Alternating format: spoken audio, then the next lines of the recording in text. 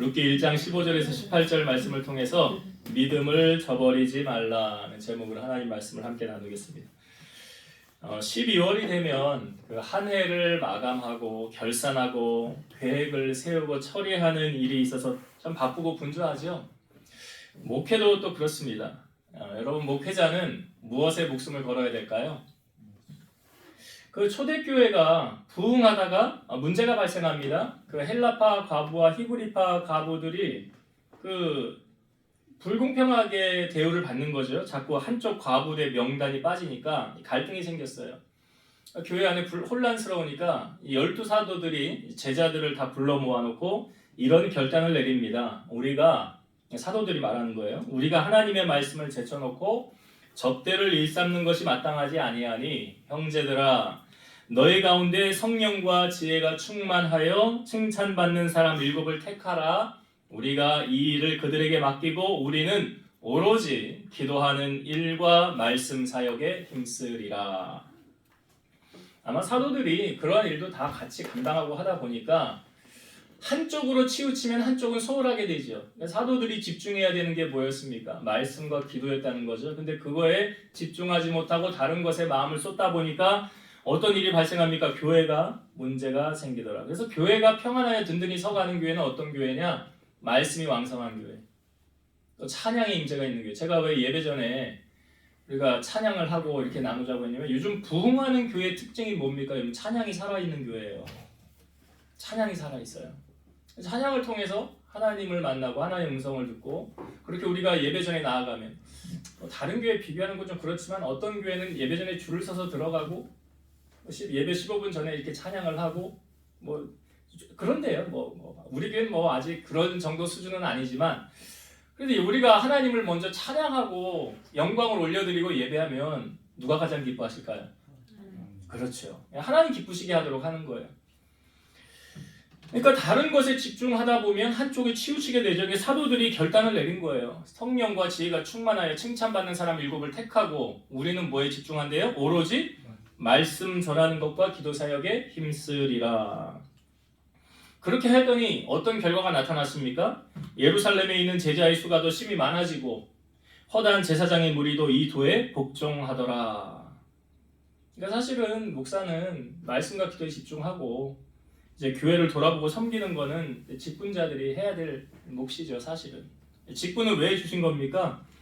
섬기라고 준 거 맞지요? 높임을 받으라고 준 거 아닙니다. 제가 여러분 교회에서 높아지는 비결 알려드렸죠. 어떻게 하면 교회에서 높임을 받는다고 그랬어요? 네? 예수님이 알려주신 방법을 제가 말씀드렸잖아요. 너희 중에 누구든지 크고자 하느냐? 그럼 너희를 섬기는 자가 되고, 너희 중에 누구든지 으뜸이 되고자 하느냐? 그러면 너희의 종이 되어야 하리라.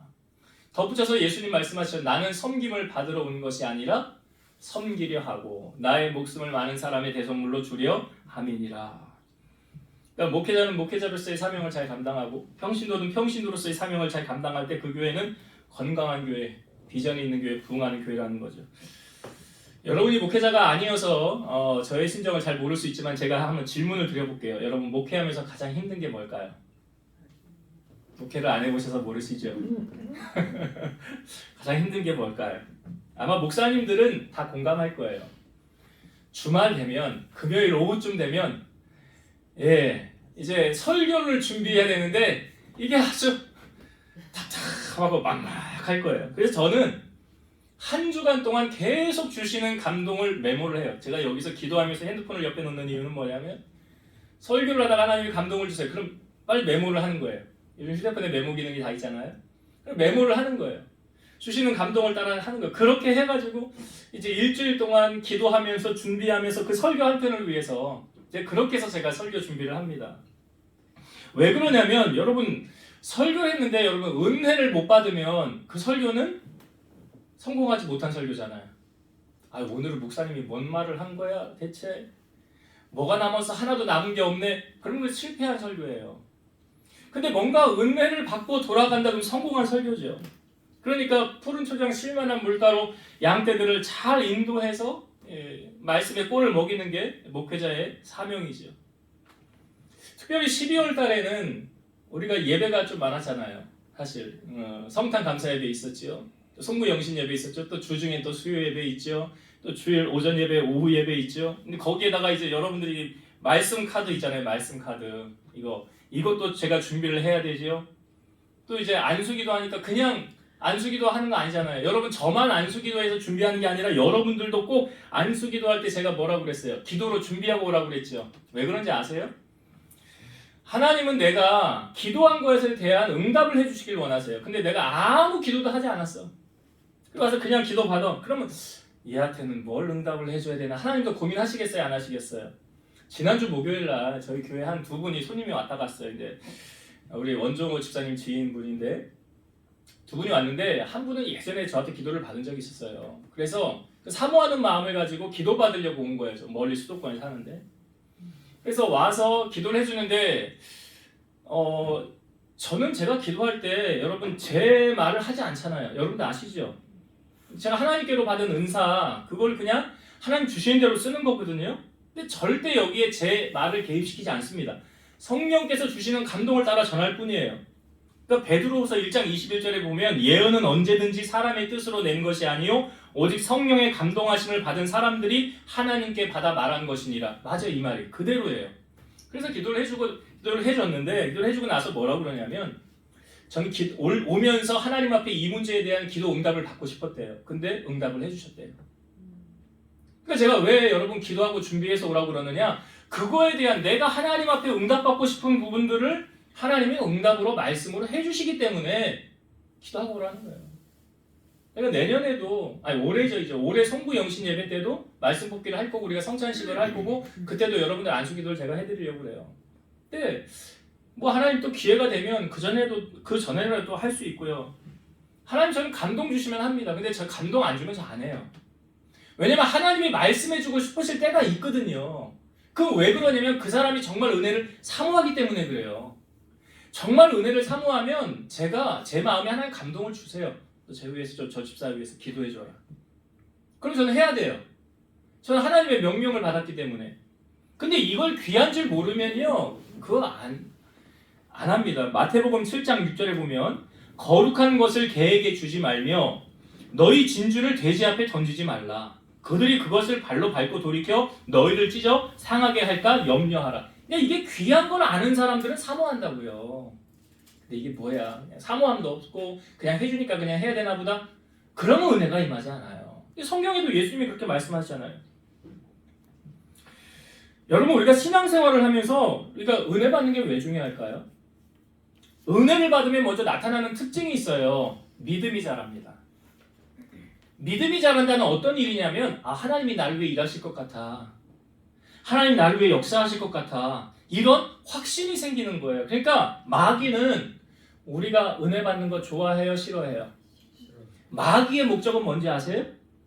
우리 망하게 하는 거. 우리를 지옥 가게 하는 거. 이게 마귀의 목적이에요. 어떻게 해서든지 하나님과 멀어지게 만드는 게 이게 마귀가 하는 일이에요. 그 마귀가 어떻게 일하는데요? 성경에 우는 사자같이 두루 다니며 삼킬 자를 찾는다. 오늘도 밥 찾고 다니는 거예요, 마귀는. 근데 은혜로 충만하면 성령으로 깨어있으면 마귀를 대적할 수가 있겠죠. 여러분은 은혜의 자리에 오는 건요 그냥 쉽지 않아요. 왜냐하면 끊임없는 마귀의 방해가 있거든요. 여러분 잘 보세요.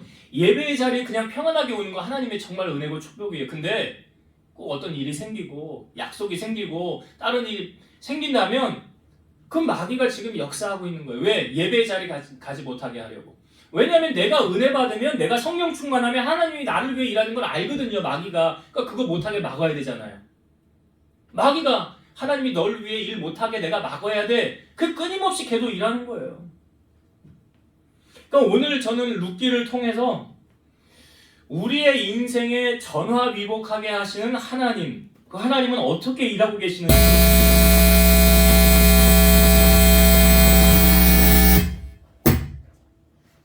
이게 아까도 꼬여가지고 그 하나님이 어떻게 일하고 계시는지 오늘 룻기를 통해서 우리가 은혜를 나누고자 합니다. 이 룻기는 말 그대로 주인공이 누굴까요? 룻입니다. 근데 룻은요 이스라엘 사람이 아니에요. 모압 땅에 사는 이방 여인입니다. 그런데 이 룻이 예수님의 족보에 이름이 올라가게 돼요. 그러니까 이 룻기를 보면 마지막에 끝날 때 이렇게 이제 나오는데 이 다윗은 모르는 사람이 없잖아요. 다윗은 다 알잖아요. 다윗의 증조 할머니가 누구냐? 바로 이 룻이에요. 다윗의 증조 할머니가. 그러니까 이 이방 여인이 이스라엘 사람도 아니고 모압 땅에 사는 이 여인이 어떻게 예수님의 이름에 족보에 올라가게 되었는지 그 과정을 바로 다룬 성경이 룻기입니다. 그러니까 예수님의 족보를 설명하기 위해서는 룻이 반드시 등장을 해야 되겠죠. 룻이 없으면 그 다음에 족보가 연결이 되지 않잖아요. 자, 이 룻기는 어떻게 성경이 소개하냐면 한 가정을 먼저 우리에게 보여주고 있습니다. 엘리멜렉과 나오미라는 가정 안에 두 아들이 있었어요. 말론과 기럐이라는 두 아들이 있었습니다. 제가 보니까 성경을 보니까 이 집이요 가난한 집이 아니었어요. 부유한 집이었어요. 왜냐하면 나오미가 이 모압에 갔다가 다시 베들레헴으로 돌아올 때 내가 풍족하게 나갔었는데 여호와께서 나를 비어서 돌아오게 했다라는 표현을 하거든요. 풍족한 사람이었다는 거예요. 별로 어려움 없이 살았던 사람 아니었을까요? 그런데 이 기근을 만났을 때 이 나오미 엘리멜렉이 이 기근을 피해서 그러니까 예루살렘에 지금 베들레헴에 기근이 임한 거예요. 그 기근을 피해서 모압이라는 지방으로 내려가게 됩니다. 결과론적으로 보면 이방 땅인 모압에 가서 어떤 일이 벌어지냐면 자, 이 가정이 남편이 먼저 죽어요. 남편이 그 가정에 그로 내려가서 살다가 죽고 아들 결혼을 시켰어요. 두 아들을 결혼을 시켰는데 10년 만에 또 두 아들 말론과 기럐이 다 죽는 거예요. 만약 이럴 줄 알았으면 이렇게 힘들게 내게 고난이 닥쳐올 줄 알았다면 베들레헴에 그냥 머물지 왜 모압이라는 이방 땅에 내려가려고 했을까요? 여러분 이 말씀을 영적인 의미로 풀어보면요 베들레헴은 하나님의 나라를 상징하는 거고요 모압은 세상을 상징하는 거예요. 영적인 의미로 바라보면 그러니까 하나님의 자녀가 세상을 우리가 등지며 살 수는 없어요. 세상 속에 살고 있는 거예요. 근데 마음을 우리는 어디에 둬야 됩니까? 하나님께 둬야 되죠. 세상의 마음을 두라고 성경은 말하지 않아요. 요한일서 2장 15, 16절 이 세상이나 세상에 있는 것들을 사랑하지 말라. 누구든지 세상을 사랑하면 아버지의 사랑이 그 안에 있지 아니하니 이는 세상에 있는 모든 것이 육신의 정욕과 안목의 정욕과 이생의 자랑이니 다 아버지께로부터 온 것이 아니요 세상으로부터 온 것이라. 자, 세상으로부터 온 게 뭐라고요? 뭐가 세상으로부터 왔대요? 육신의 정욕, 안목의 정욕, 이생의 자랑. 이건 하나님께로부터 온 것이 아니더라. 세상으로부터 온 것이다. 그러니까 이런 세상을 사랑하면 사랑할수록 하나님의 사랑은 어떻게 되느냐? 반비례해요. 세상과 가까워지잖아요? 하나님과 멀어져요. 이건 같이 갈 수가 없는 거예요. 그러니까 내가 지금 세상을 더 사랑하는지 하나님을 더 사랑하는지 여러분 이거 우리가 어떻게 점검할 수 있을까요? 내 마음이 지금 하나님을 향하여 더 나아가는지 아니면 세상을 향하여 더 나아가는지 이걸 점검할 수 있어요. 어떻게 점검하느냐? 자, 에베소서 1장 23절 이 부분을 현대어 성경으로 제가 읽어볼게요. 교회는 그리스도의 몸이며 만물을 만드시고 충만하게 하시는 그리스도께서 임재하시는 곳입니다. 교회는 뭐래요? 그리스도의 몸이래요. 여러분 남녀가 연애하면 붙어있고 싶어요? 떨어지고 싶어요? 연애 안 해보셨어요? 붙어있고 싶어요? 떨어지고 싶어요? 어떻게 왜 이렇게 퇴근 시간이 왜 이렇게 한가요? 빨리 끝나고 그 사람 만나가지고 같이 데이트해야 되는데 같이 있고 싶어 하지 않아요? 그 당연한 거잖아요. 자, 그럼 우리가 주님과 데이트를 하고 있다고 하는 상황이라면 주님과 내가 지금 뜨겁게 사랑하는 사이라고 한다면 주님을 가까이 할까요? 멀리 할까요? 가까이 하겠죠. 주님을 가까이 하면 나타나는 현상이 있어요. 자, 사도 바울이 여러분 다메섹에서 주님 만났죠. 그의 인생 완전히 달라졌죠. 즉시로 복음을 전파하게 되었죠. 1, 2, 3차 전도여행 로마와 서바나까지 전도를 하게 되었죠. 그 전도를 하면서 사도 바울이 가는 곳마다 세운 게 뭐였습니까? 교회를 세웠잖아요. 교회를 세웠죠. 옥중에 있는 그 교인들에게도 편지를 써서 에베소 교회, 골로새 교회, 또 빌립보 교회 다 이렇게 편지를 보냈단 말이에요. 가는 곳마다 세운 것이 교회인데 사도 바울이 복음을 전하면서 참 많은 고난을 당합니다. 우리가 바울처럼 고난을 당하면 아마 신앙생활 벌써 내려놨을 수도 있어요. 자, 사도 바울이 당했던 고난을 성경은 말합니다. 고린도후서 11장 23절 후반절부터 제가 읽어볼게요. 내가 수고를 넘치도록 하고 옥에 갇히기도 더 많이 하고 매도 수없이 맞고 여러 번 죽을 뻔하였으니 유대인의 40에서 하나 감한매를 5번 맞았으며 3번 태장으로 맞고, 태장이 뭐냐면 이 채찍 끝에 쇠골이 갈려있는 그런 거거든요. 태장으로 맞고 1번 돌로 맞고 3번 파성하고 일주일을 깊은 바다에서 지냈으며 여러 번 여행하면서 강의 위험과 강도의 위험과 동족의 위험과 이방인의 위험과 시내의 위험과 광야의 위험과 바다의 위험과 거디 형제 중의 위험을 당하고 또 수고하며 애쓰고 여러 번 자지 못하고 줄이며 목마르고 여러 번 굶고 춥고 헐벗었노라. 이 외의 일은 고사하고 아직도 날마다 내 속에 눌리는 일이 있으니 곧 모든 교회를 위하여 염려하는 것이라. 자기가 고난당하는 거 이거는 아무것도 아니라는 거예요. 근데 내 속에 눌리는 일, 근심되는 일, 걱정하는 일이 있는데 그게 뭐래요? 모든 교회를 위하여 염려하는 것이라. 그러니까 여러분, 주님 사랑하면 교회 사랑하게 돼 있어요. 그럼 우리가 정말 내가 주님을 사랑하고 있는가를 점검해 볼 때 뭘 점검하면 되냐면 내가 주님의 몸된 교회를 위하여 무엇을 했는가, 이걸 점검해 보면 돼요. 예수님께서 예루살렘 성에 이제 입성하시죠. 십자가를 지시려고 예루살렘 성에 입성하시는데 그 입성하시기 하루 전날, 토요일이에요. 주일날 입성하셨으니까 토요일날 예수님이 베다니라는 곳에 머무르게 되었는데 그 전에 죽었던 나사로를 다시 살렸던 나사로의 집에 예수님이 머무르게 됐어요. 거기서 성경에 보면 예수님을 위하여 잔치를 벌인 거예요. 사실 예수님이 예루살렘에 올라가서 이제 유대인의 왕이 될지 십자가를 지고 죽게 될 것이라는 건 아무도 몰랐던 거예요. 제자들도 몰랐어요. 근데 거기서 예수님을 위한 잔치를 벌입니다. 근데 그 잔치 자리를 벌렸을 때 나사로의 동생이었던 마리아가 자기의 향유를 가지고 와서 예수님에게 부어요. 이걸 마태와 마가복음에서는 예수님의 머리에 붓다라고 표현을 하고 요한복음에는 이제 발에 붓다라고 표현을 해요. 보는 시각에 따라 어떤 게 정확한 건지는 이제 성경에서 보여진 대로 우리는 그냥 보는 것이니까. 중요한 것은 무엇입니까? 마리아가 자기의 향유를 가져다가 예수님에게 부었다는 게 중요한 거잖아요. 근데 이 향유를 값으로 환산을 하면 얼마냐? 300데나리온이래요. 300데나리온. 자, 하루 사람의 품삯을 1데나리온이라고 합니다.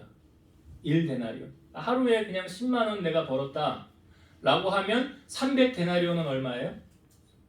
3천만 원이잖아. 그럼 이거는 그냥 보통 사람의 1년치 연봉 되는 거 아닙니까? 그렇죠. 1년치 연봉을 그냥 주님께 드린 거예요.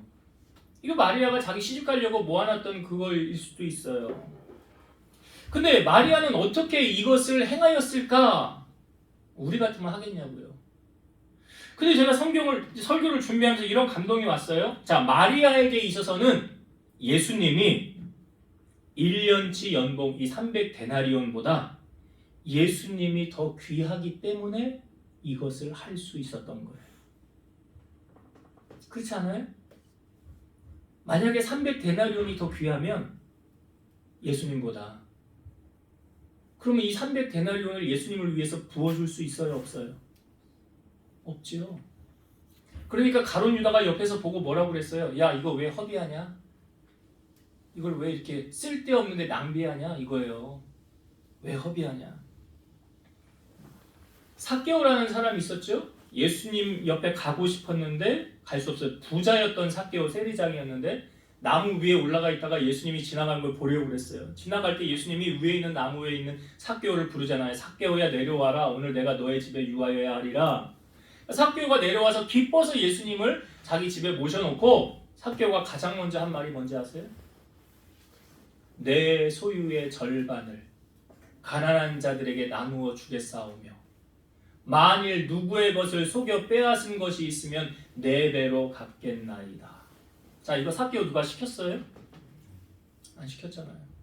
근데 어떻게 이런 고백을 할 수가 있었을까요? 그 전에 삭개오가 추구했던 그건 돈이 최고였는 줄 알았어요. 그게 전부인 줄 알았어요. 근데 예수님 만나고 나보니까 이거는 비교할 바가 못 되는 거예요. 마리아도 지금 그렇고 삭개오도 그렇고. 근데 이 돈에 매여가지고 예수님의 말씀에 불순종한 부자 청년은 너 재산 가난한 자들에게 팔아 나누어 주라 그리하면 하늘에서 보화가 내게 있으리라. 근데 이 청년은 그 말에 근심하여 돌아갔더라. 왜? 예수님보다 돈이 더 귀하니까.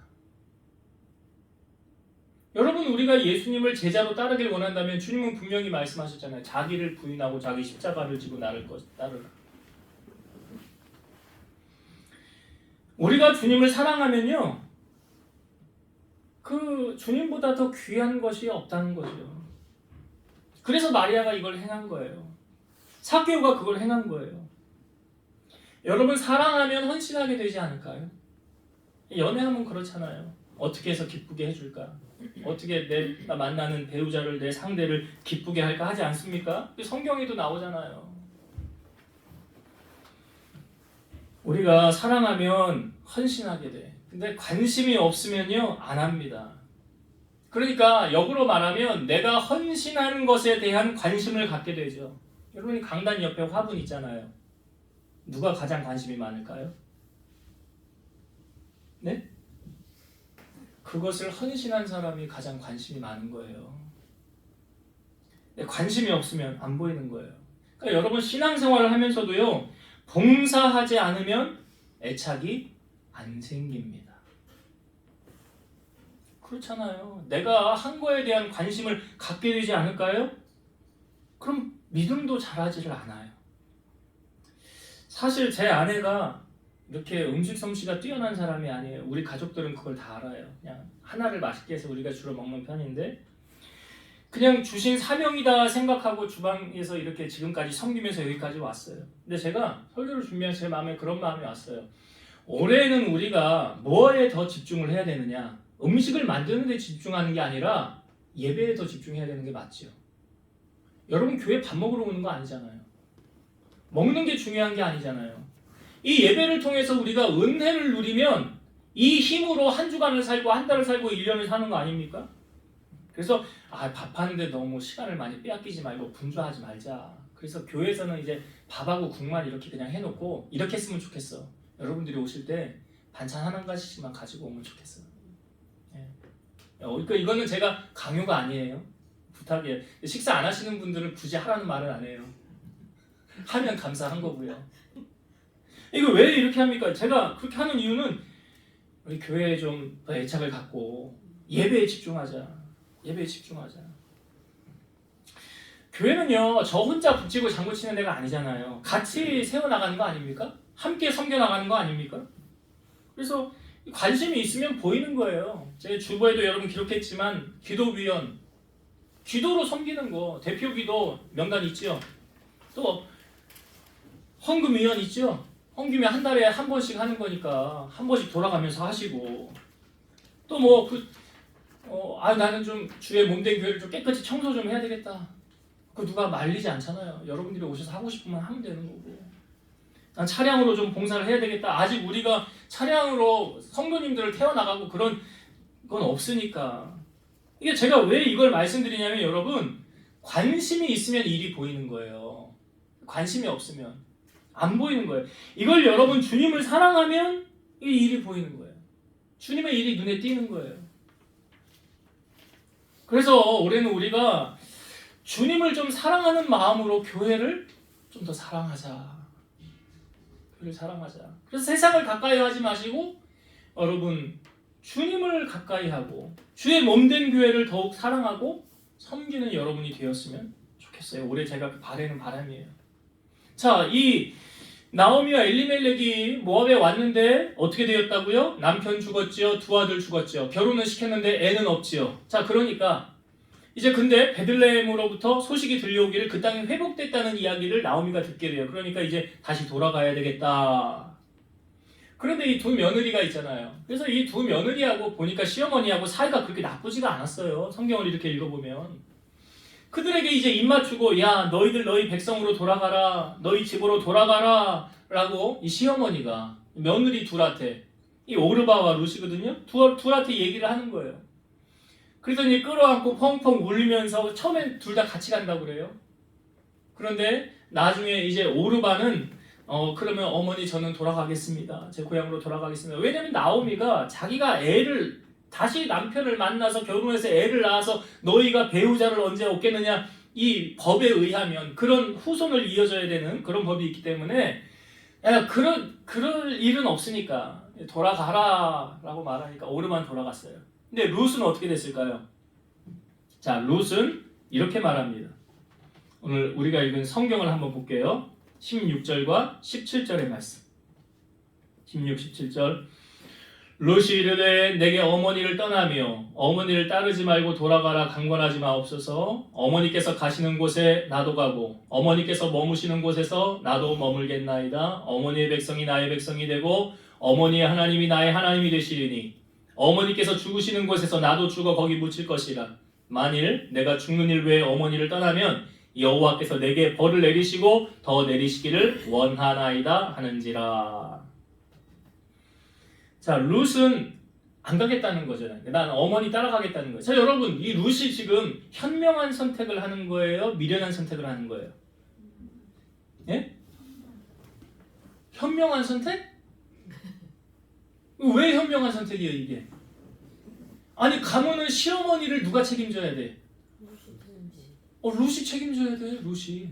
아니, 내 한 몸 입에 풀칠하기도 힘든 세상에 내가 시어머니까지 챙기란 말이요? 난 그렇게 못 살아. 난 내 한 몸 편하게 살 거예요. 그러면 따라가면 안 되잖아요. 근데 따라간대. 왜 따라간다고 말합니까? 여기 중요한 이유가 있죠. 룻이 이렇게 말하잖아요. 자, 16절 중반부터 다시 볼게요, 제가. 어머니께서 가시는 곳에 나도 가고 어머니께서 머무시는 곳에 나도 머물겠나이다. 여기 중요한 말이 나와요. 어머니의 백성이 나의 백성이 되고 어머니의 하나님이 나의 하나님이 되시리니. 지금 나오미 시어머니를 통해서 룻은 하나님을 경험했다는 거 아니에요? 그렇죠. 나오미를 통해서 하나님을 봤다, 하나님을 만났다. 그 시어머니가 섬기는 하나님, 이제 그 하나님이 누구의 하나님이 된다는 거예요? 나의 하나님이 된다는 거예요. 여기 중요한 원리가 있어요, 여러분. 자, 나오미가 모압에 갔을 때 어떤 일이 벌어졌습니까? 남편 죽었지요. 두 아들 죽었죠. 결혼을 시켰는데 아들도 없지요. 자, 그러면 이런 상황에 신앙생활 계속 하고 싶어요? 안 하고 싶어요?